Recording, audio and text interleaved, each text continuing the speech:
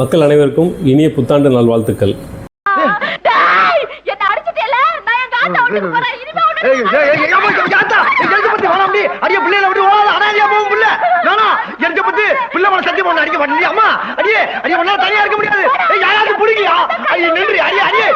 பொதுவாகவே கணவன் மனைவி இருவருக்கும் சண்டைகள் நடப்பது குடும்பங்களில் ரொம்ப சகஜம்.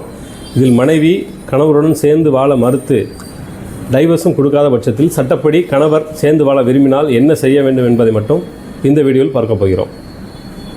இந்து மக்களுக்கான இந்து திருமண சட்டம் செக்ஷன் 9 படி மற்றும் முஸ்லீம் கிறிஸ்தவர்களுக்கான ஸ்பெஷல் மேரேஜ் ஆக்ட் செக்ஷன் 22ல் கணவனோ அல்லது மனைவியோ சேர்ந்து வாழ்வதற்காக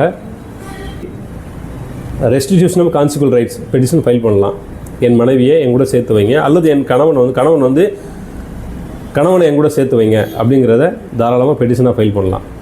ஃபைல் பண்ணி அந்த சேர்த்து வைக்க சொல்லி கேட்ட பெட்டிஷனில் மனைவியோ அல்லது கணவனோ நீதிமன்றத்தில் ஆஜராகாத பட்சத்தில் தோன்றா தரப்பினராக உத்தரவு ஆயிடுச்சுன்னா அந்த உத்தரவு எடுத்துக்கொண்டு கணவனோ அல்லது மனைவியோ டிவோர்ஸ் அப்ளை பண்ணலாம்.